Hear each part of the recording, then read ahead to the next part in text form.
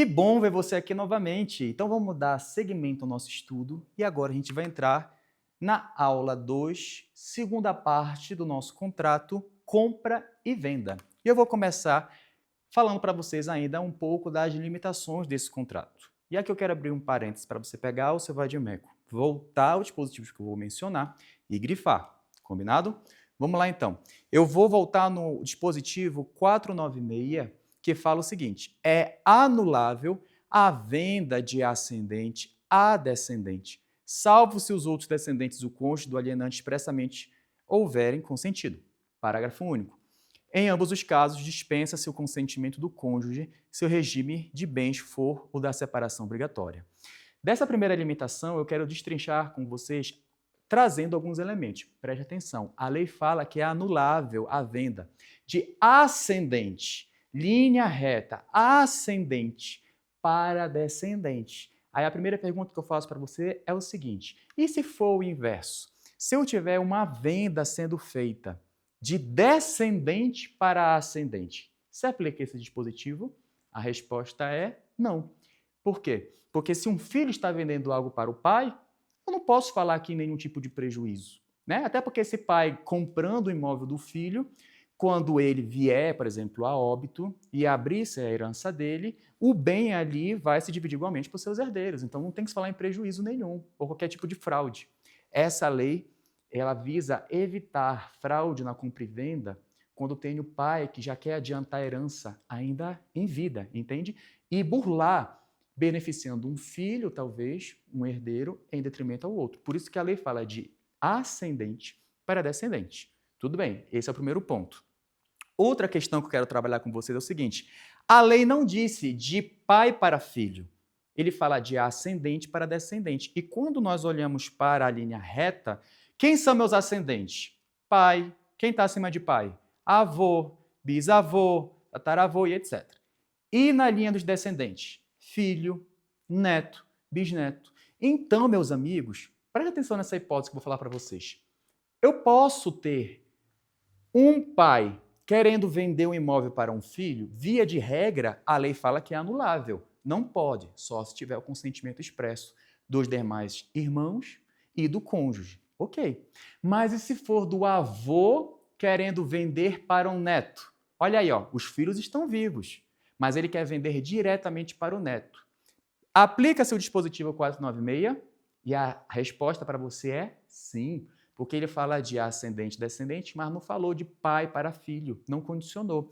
Então, por exemplo, se eu tiver aqui um avô querendo vender para o neto, ele pode vender sim, desde que ele tenha o quê? Consentimento expresso dos demais herdeiros e do cônjuge. Então, o avô quer vender, a avó tem que concordar também com essa venda. E quem são os outros herdeiros? São os filhos, inclusive os pais desse neto. Eles também têm que concordar. Todo mundo tem que concordar com essa compra e venda. Tá bom? Muito bem. Vamos passar aqui para o próximo. Eu trouxe para vocês uma jurisprudência do STJ sobre esse caso. Por quê? Surgiu uma discussão sobre os filhos que são reconhecidos posteriormente. Então, preste atenção.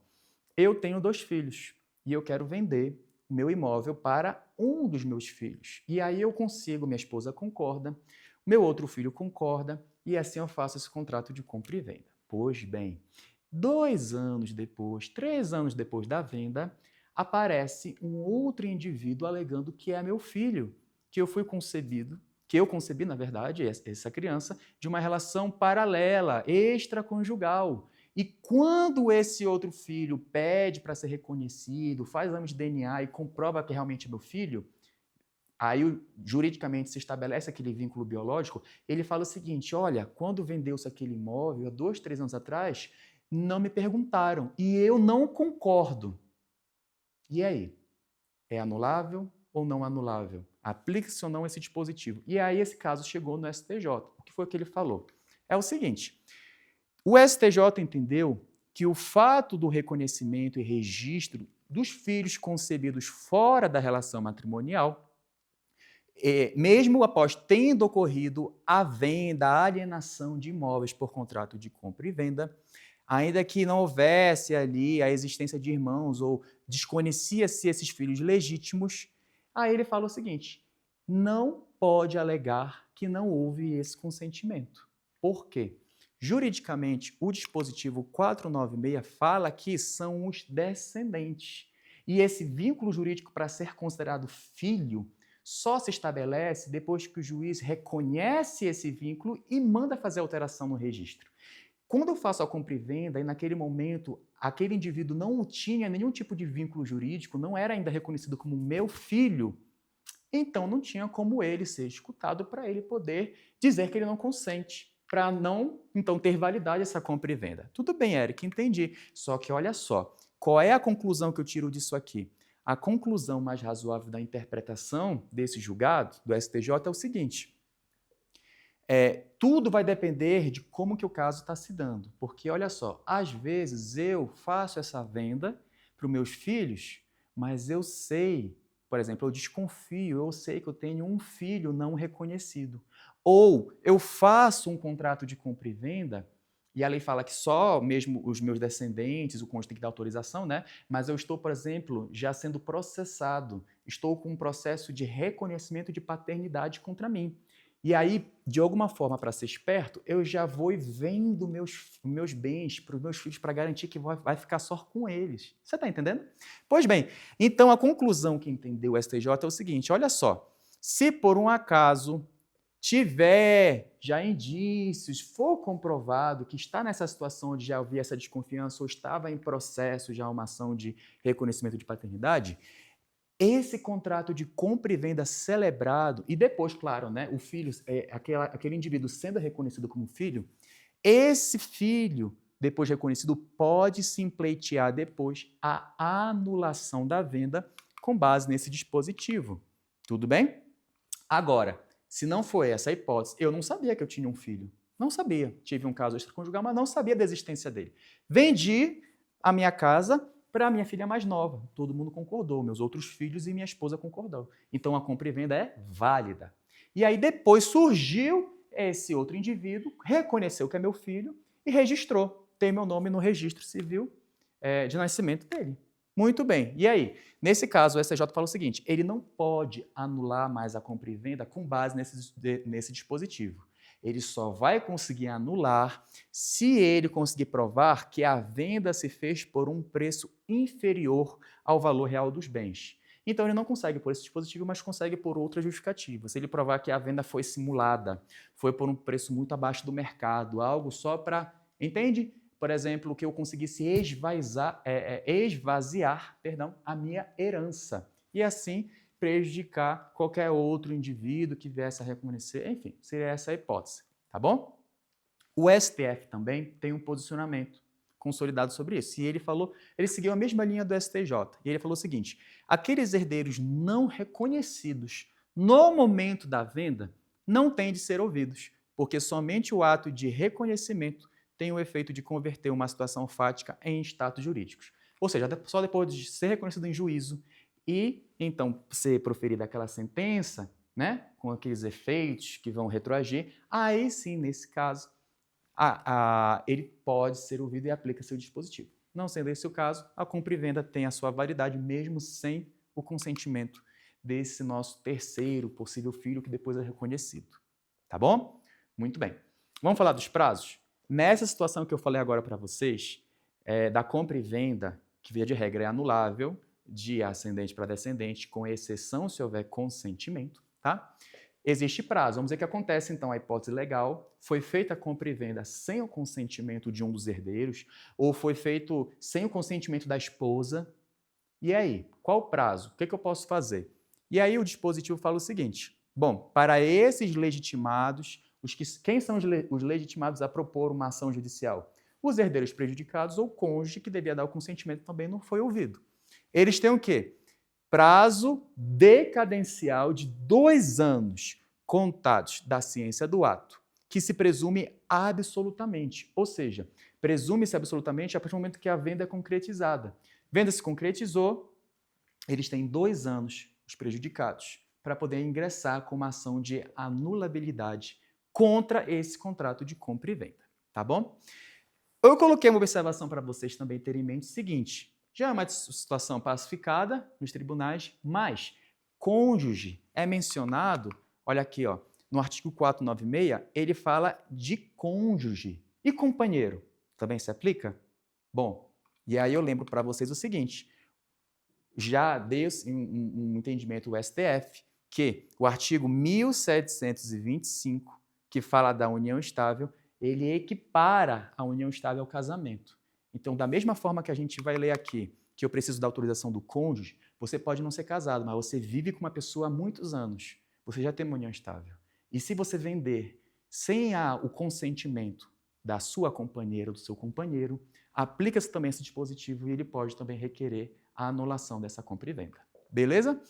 Para a gente finalizar aqui essa limitação, eu preciso falar com vocês sobre o parágrafo único, que é uma exceção.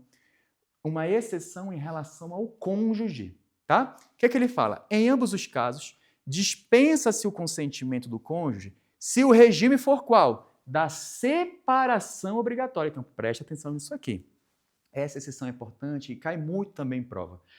Quando que tem que dar a autorização do cônjuge? Porque a compra e venda é de um bem que pertence a ambos. Mas existe um regime de bem, no qual, quando você casa, mas cada um com seu bem separado. E nunca vão se comunicar. Qual é o seu regime? Separação de bens, separação obrigatória de bens. Então, se for essa a hipótese, e eu quero vender uma casa que é só minha, eu preciso da autorização do meu cônjuge ou do companheiro? Não. Mas ainda preciso da autorização se eu tiver mais de um filho? Preciso. E olha só essa hipótese. Vamos dizer que eu tenho só uma filha e eu tenho a minha esposa, mas nós somos casados no regime da separação de bens. Preciso do consentimento dela para vender para minha única filha? Não. E aí eu preciso da autorização de outros filhos? Não, porque eu tenho só uma e ela está sendo beneficiada. Então, nesse caso, o quê? Não preciso do consentimento de ninguém. Posso fazer a compra e venda e vai ser considerada válida, porque ela não incorre nesse dispositivo. Tudo bem? Vamos avançar? Ok. Agora a gente vai falar de uma outra limitação, que é compra e venda de bem em condomínio. Presta atenção nisso aqui, porque a relação condominial é uma exceção no direito civil. A regra é que nas relações de direitos reais de propriedade, eu tenho apenas um único proprietário, mas não é assim que funciona. Às vezes, para bens imóveis, bens indivisíveis, eu posso ter mais de um proprietário. Então, nós chamamos o quê? De copropriedade. São condôminos. Eles têm ali uma fração ideal daquele objeto. Então, se eu e você somos coproprietários de um apartamento, e um apartamento é um bem indivisível, eu não consigo dividir ele fisicamente. Não tem como dividir sem ele perder a sua utilidade. Então, eu e você somos o quê? Condôminos. Somos coproprietários em fração. Eu em metade dele e você em metade dele. Tudo bem. Agora, olha só. Você tem metade da propriedade e eu tenho metade da propriedade. Eu posso vender esse bem? Posso. Assim como você também. A propriedade é sua e é minha, a gente tem essa liberdade. Só que eu posso vender para qualquer pessoa ou eu preciso necessariamente dar preferência primeiro para você comprar, que você é condômino? E aqui vem a resposta da compra e venda. Olha aqui, ó. O condomínio, como todo proprietário, tem o direito de dispor da coisa. Tanto eu quanto você, a gente tem o direito de vender se a gente quiser. A gente não é obrigado a ficar com o bem. Só que esse bem está em situação de condomínio. E como eu falei para vocês, a regra que o Código Civil traz, a essência, é de que esse condomínio um dia vai se extinguir. E quando ele se extinguir, vai se desfazer esse condomínio para ficar o quê? Tudo apenas, o domínio apenas com um único indivíduo, um único proprietário. E aí o artigo 504 vai falar para a gente. Não pode um condômino, em coisa indivisível, vender a sua parte a estranhos, se o outro consorte a quiser. Tanto por tanto. Então, eu quero vender metade do meu apartamento. Por quanto, Eric? 50 mil. Para quem que eu tenho que oferecer primeiro? Para o meu coproprietário. Por tanto e tanto. Não posso oferecer para ele por 100 mil e depois vender para fora por 50 mil. Tem que vender exatamente no preço que eu vou oferecer por um estranho. E ele tem a preferência, ele pode aceitar. Se ele aceitar, é dele. E aí ele comprando a minha parte, simplesmente o condomínio desaparece e tem apenas um único proprietário. Olha só que maravilha. É assim que o direito civil quer que futuramente os condomínios sejam resolvidos. Tudo bem, ele pode recusar? Pode. Eric, eu não quero comprar, não tenho 50 mil. Você pode recusar.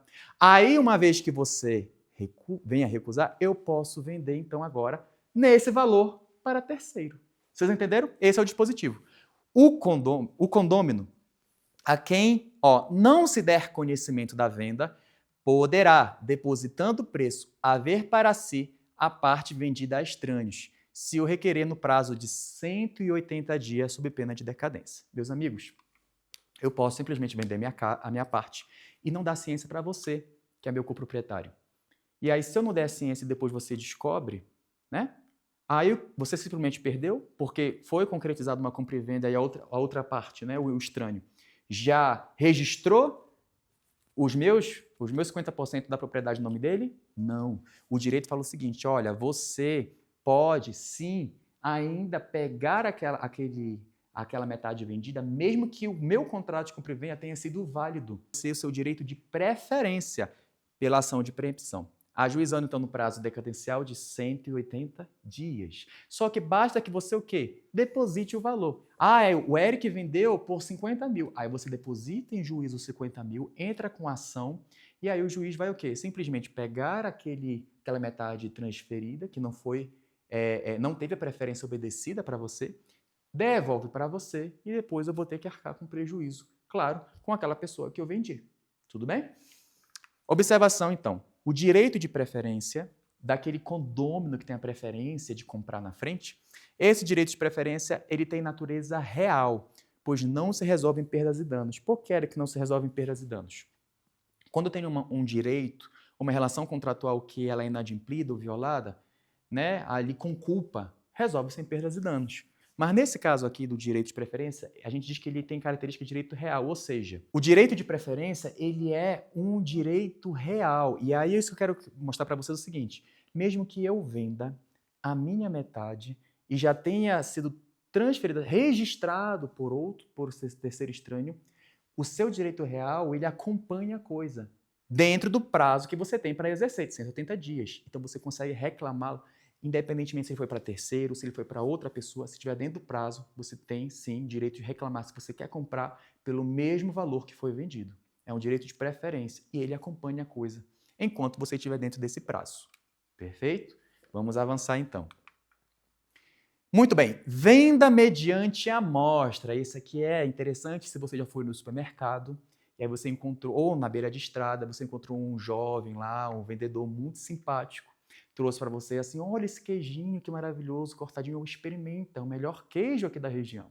Aí você vai experimentar, que delícia, quanto é? Te cobra o valor, você compra então a peça inteira, quando você chega em casa, na hora de provar, não é a mesma coisa. Não é o mesmo queijo, não tem a mesma qualidade. E aí, Eric? Esse tipo de contrato de compra e venda chama-se venda mediante amostra. Venda mediante amostra está no artigo 484. É um tipo de venda especial. E ele fala o seguinte no 484.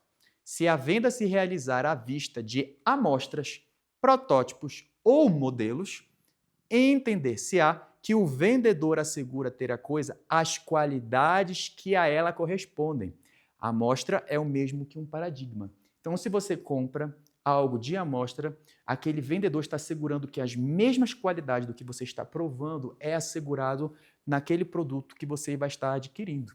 Nesse caso aqui, se a mercadoria que vai ser entregue não é igual à amostra, já vai ser caracterizado o quê? O inadimplemento dessa relação contratual. E você pode sinalizar de imediato o quê? A quebra da obrigação, porque a amostra não corresponde ao produto. E se, na verdade, o que você provou correspondesse ao produto e você visse que era de uma qualidade inferior, você talvez não teria comprado. Por isso que nós entendemos dentro desse dispositivo, e a doutrina também civilista, ela vem fundamentando no mesmo sentido, você tem que o quê? De forma imediata e definitiva, sinalizar que não corresponde, sob pena do seu silêncio ser interpretado como tendo havido, então, uma entrega de forma correta. E aí preclui seu direito, você não pode mais reclamar. Quando, Eric? Cheguei em casa. Então, quando você chegar em casa, no momento que você percebeu, você pode retornar ao próprio ambiente ali, né, do comércio, e então sinalizar que não corresponde às mesmas qualidades do protótipo ou da amostra, tá? A regra aqui, o principal, vamos colocar assim, o princípio primordial do Código Civil que está sendo obedecido e aplicado é o da transparência e também o da boa-fé objetiva, que você já estudou ali em Teoria Geral dos Contratos, que é o artigo 422 do Código Civil. Tudo bem? Vamos lá. Outra modalidade agora de venda especial é chamada de venda ad mensuram. São dois tipos de venda, tá bom?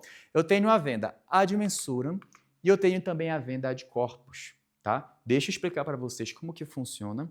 Não são modalidades até então tão usuais, até porque a maioria hoje é venda ad corpus, mas é importante a gente conhecer essas modalidades, tá? A venda ad mensuram está prevista no artigo 500 do Código Civil e ele tem aplicação somente à compra e venda de bens imóveis. Guarda essa informação.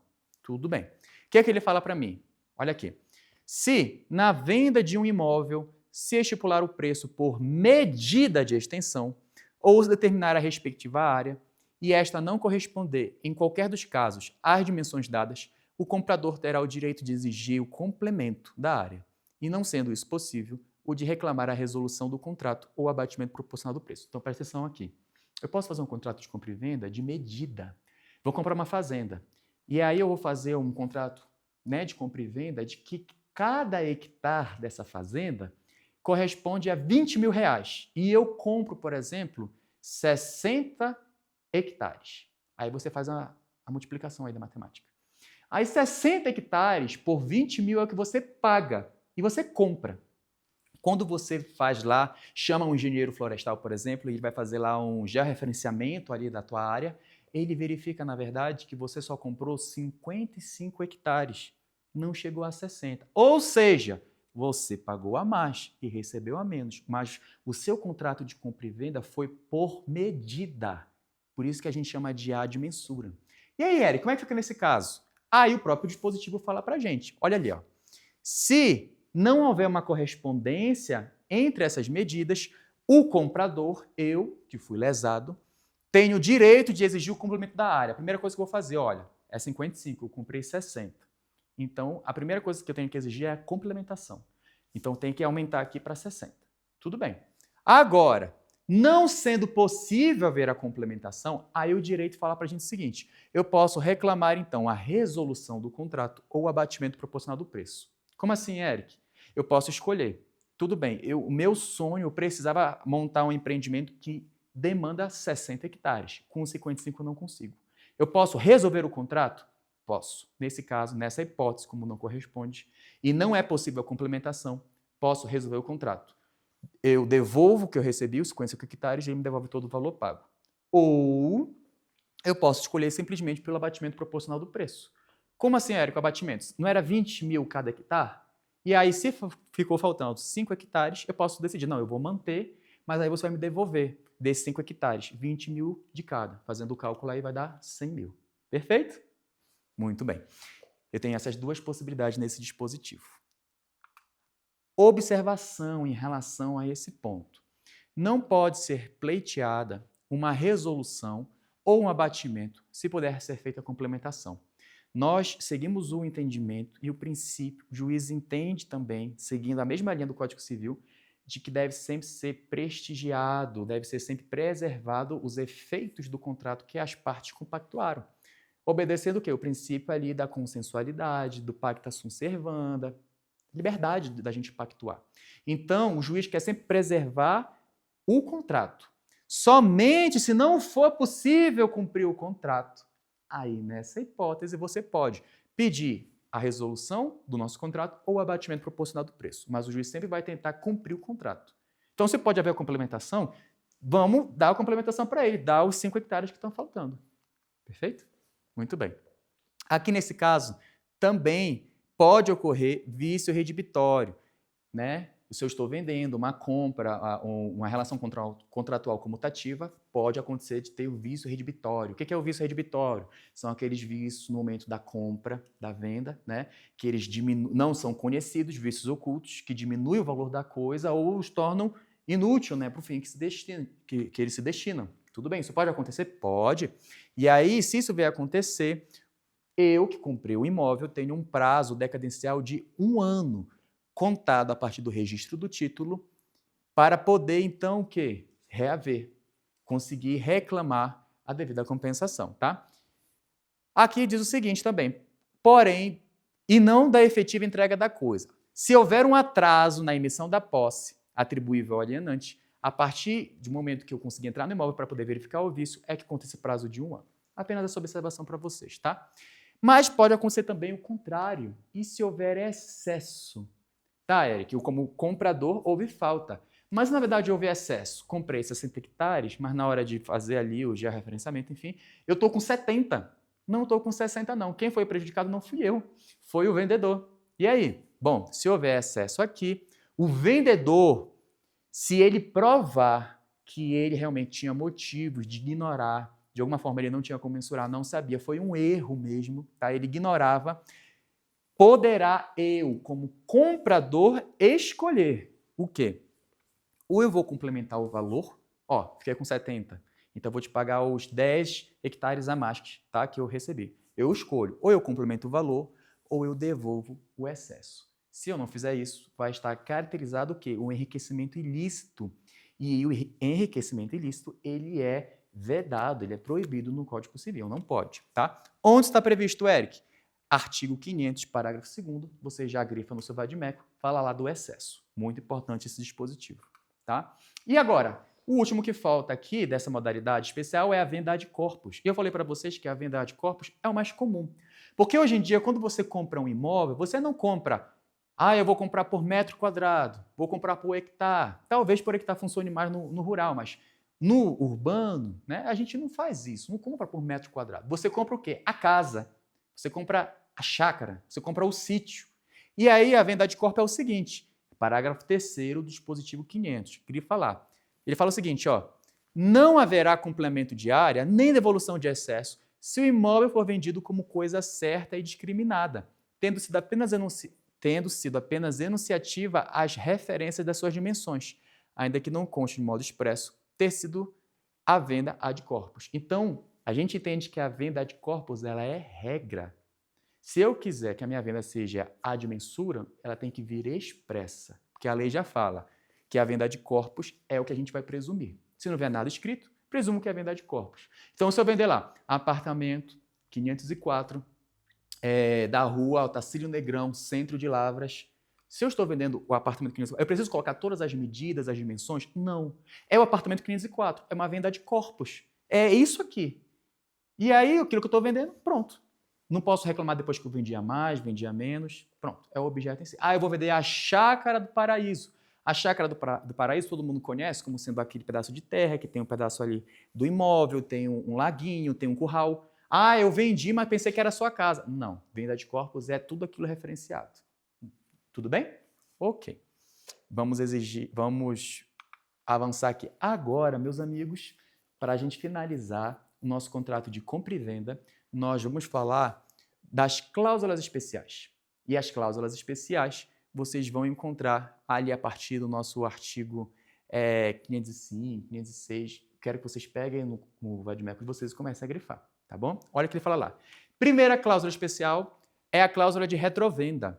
O que é a cláusula de retrovenda? Ela é um contrato adjetivo, ou seja, é um contrato acessório que é feito na compra e venda. E esse pacto acessório, que é feito no próprio contrato, diz que eu, como vendedor, eu vou me reservar do direito de poder reaver o imóvel dentro de um prazo se eu quiser. Então, eu vendi para você, mas eu coloquei uma cláusula de retrovenda, no prazo de 1 ano. Se depois de 1 ano vendi o imóvel, registrou tudo bonitinho, eu me arrepender e quiser o imóvel de volta, eu posso reclamar a cláusula e aí você vai ter que me devolver o imóvel que eu vendi. Eric, depois de fazer o registro e tudo? Sim, porque é uma cláusula especial que a gente colocou e você concordou, porque você sabia que você assinou. Olha só como é importante ler os nossos contratos. E a cláusula de retrovenda fala que dentro desse prazo eu posso exercer esse direito de reaver aquilo que eu vendi. Tudo bem, mas é simplesmente reaver? Não acontece mais nada? Claro que não, porque pensa comigo. Vendeu o imóvel, você entrou, você teve despesa, você limpou, você fez melhorias, você pagou o registro, enfim, você teve despesas. Se simplesmente depois eu quiser retomar esse imóvel, você vai ficar no prejuízo. E a gente tem o seguinte, a lei fala aqui, quando eu acionar essa cláusula, primeiro, claro, vai haver a restituição do preço, mas de todas as despesas feitas pelo comprador. Tudo bem? O que mais? Benfeitorias. Se você fez alguma melhoria naquele imóvel, sim, eu também vou ter que o quê? Te indenizar dessas benfeitorias, porque senão eu vou estar enriquecendo. Vai que eu te vendi um apartamento e você fez várias melhorias, agora o apartamento de 250 mil está valendo R$500 mil. E eu, na minha maldade, que eu coloquei a cláusula, ela fala assim, opa, retrovenda, está no prazo, quero de volta. Aí, o imóvel que eu vendi por 250 mil, agora vale o quê? R$500 mil. Eu estou enriquecendo ilicitamente. E aí, claro, se houver benfeitorias, eu vou ter que te indenizar tudo que você gastou para melhorar o imóvel. Está entendendo? Artigo 505. Vamos lá. O que mais? Prazo. Qual é o prazo máximo que eu posso colocar de retrovenda? O prazo máximo, entendido, é de 3 anos. Prazo legal, aceita de 3 anos. Não posso colocar um prazo maior de 3 anos como cláusula de retrovenda, tá bom? Ok, vamos para o próximo, então. Próxima cláusula especial. Venda a contento e venda sujeita a prova. Aqui, às vezes, tem algumas polêmicas, mas olha que interessante. Venda a contento é uma venda que geralmente tem uma cláusula também acessória no contrato de compra e venda, falando que é venda a contento. E a venda a contento ali, em geral, se aplica principalmente a gêneros alimentícios, bebidas finas e roupas sob medida. Só que são o quê? São esses bens fungíveis, são bens que a gente consome, que quando você compra, simplesmente ela desaparece pelo seu uso, tá? Artigo 509. E a venda sujeita à prova? A venda sujeita à prova é aquela venda que a gente vai sempre presumir uma condição suspensiva. É quando, por exemplo, eu vou no alfaiate para poder fazer uma roupa para mim, para o meu casamento, ele vai fazer uma venda sob encomenda para mim, uma compra e venda de um terno, por exemplo, um casamento. Tudo bem? E aí a lei fala o seguinte no 510. Essa venda sujeita à prova, ela sempre vai estar sob uma condição suspensiva. Por quê? Depois que ficar pronto a minha compra sujeita à prova, ele vai me entregar. Já é compra e venda? Ainda não. A lei diz que é simples comodato, ou seja, empréstimo de coisa gratuita. Para ser compra e venda, eu tenho que aceitar. A lei fala isso. Eu tenho que aceitar. Por isso ela fica numa condição suspensiva, de que a coisa tenha as qualidades asseguradas que eu pedi para o alfaiate, tá? E que ela se destine ao fim que eu tenho ali o objetivo de usá-la no casamento. Quais são os efeitos? Primeiro, em ambos os casos, as obrigações do comprador que recebeu a condição suspensiva, tá? A coisa comprada são as de mero comodatário, enquanto não manifestar que aceita. 511 marca com todas as suas forças. Então, compras com cláusula contento sujeito à prova, elas são, uma vez ali contratadas, realizadas, elas são sempre comodato. Quando que elas viram compra e venda, ou seja, quando que a outra parte, o vendedor pode exigir o pagamento, quando uma vez que é entregue, eu aceito. Aí abre uma brecha muito grande. Por quê? Começou-se a ter muito problema. Aí vamos dizer que eu fui para fazer um terno, e aí o terno serviu, levei para casa. É compra e venda? Ainda não, só quando eu aceito. Mas aí teve o casamento, participei do casamento, voltei com o terno e falei o seguinte, olha, não gostei do terno. O terno não me serviu, não era o que eu queria, não gostei. Não foi o que eu pedi, não era o que eu esperava. Devolvo o terno. Aí fala assim, mas você usou. Fala assim, mas eu não aceito. Se a gente seguisse a literalidade desse dispositivo, enquanto não aceitar, aí haveria muita fraude. Por exemplo, nesse tipo de situação, aluguel de vestido de festa, pensa nessas situações, né? Fazer roupa sob medida, eu uso, depois falo que eu não aceito, eu não preciso justificar, só preciso só precisa me agradar, mas eu posso não justificar e falar que não aceito. E aí, é cumprir venda? Não. Então, nesse caso aqui, vou falar para vocês do prazo. Olha aqui, ó. Não havendo um prazo estipulado para a declaração do comprador, 512 fala o seguinte para a gente, o vendedor terá o direito de intimá-lo judicialmente ou extrajudicialmente para que o faça em prazo improrrogável. Mas vamos dizer que ele não faça nada, não me intime para poder falar. O que eu vou fazer então? Eu usei o terno, posso devolver? Aí a doutrina então traz um posicionamento sobre isso. E ela fala o seguinte para a gente, como que a gente vai interpretar esse aceitar? Simplesmente, essa condição não pode estar ligada à mera satisfação. Porque eu posso dizer que eu estou insatisfeito, mas eu usei para o evento. Não enriqueci ilicitamente à custa de outra pessoa? Enriqueci. Então, a doutrina vem entendendo e firma seu entendimento seguinte, de que se a coisa serviu para as circunstâncias, né? apesar de ter ou não as qualidades asseguradas pelo vendedor, ou ser ou não idônea para o fim a que se destina, se ela ali foi usada para a circunstância que ela estava destinada, sim. Então, eu já posso dizer que existe um contrato de compra e venda. Então, a outra parte pode sim cobrar, apesar de falar que não aceita e querer devolver. Você usou? Já serviu para o fim que você propôs? Então, está ali válido o contrato de compra e venda e pode ser exigido, então, um pagamento, sim. Mesmo que eu diga que eu não aceito e quero devolver. Tudo bem? Muito bem. Estamos finalizando. E nós vamos falar agora da cláusula com reserva de domínio. Preste atenção nisso aqui. A cláusula com reserva de domínio, nesse caso do Código Civil, é aplicada só a bens móveis, não é a bens imóveis. O que é a cláusula com reserva de domínio? É quando eu vendo um bem móvel, um carro, por exemplo, vamos dizer que eu vendi meu carro, e aí eu vendi meu carro para você e coloquei uma cláusula de reserva de domínio. E eu disse o seguinte, olha só, você vai ficar ali com a posse desse carro, você já pode utilizar. Você tem 30 meses para me pagar. Mas só depois de 30 meses, quando você quitar a última parcela, é que eu vou te transferir a propriedade. Então, a compra e venda com reserva de domínio é quando você transfere, por simples tradição, bem imóvel, mas você não transfere a propriedade, até que a pessoa quite. Então, a pessoa já pode usar a coisa, mas não é dela ainda. Depois que ela quita, aí sim transfere a propriedade. Por que isso não se aplica a bens imóveis? Porque para bens imóveis, a gente já tem uma lei específica chamada de alienação fiduciária. Você já deve ter escutado sobre isso.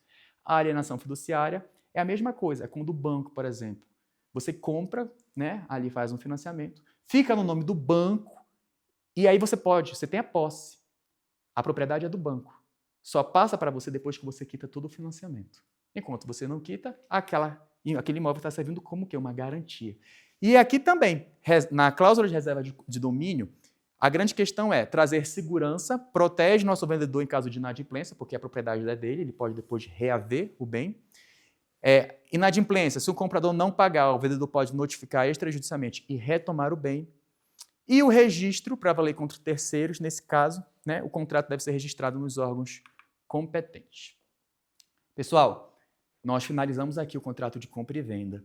É um dos contratos mais importantes da nossa aula. Preciso que vocês, qualquer dúvida, retornem, tá, o vídeo, estudem e depois agora vocês vão fazer os exercícios de fixação. Nós vamos nos encontrar depois na nossa terceira aula. Um abraço.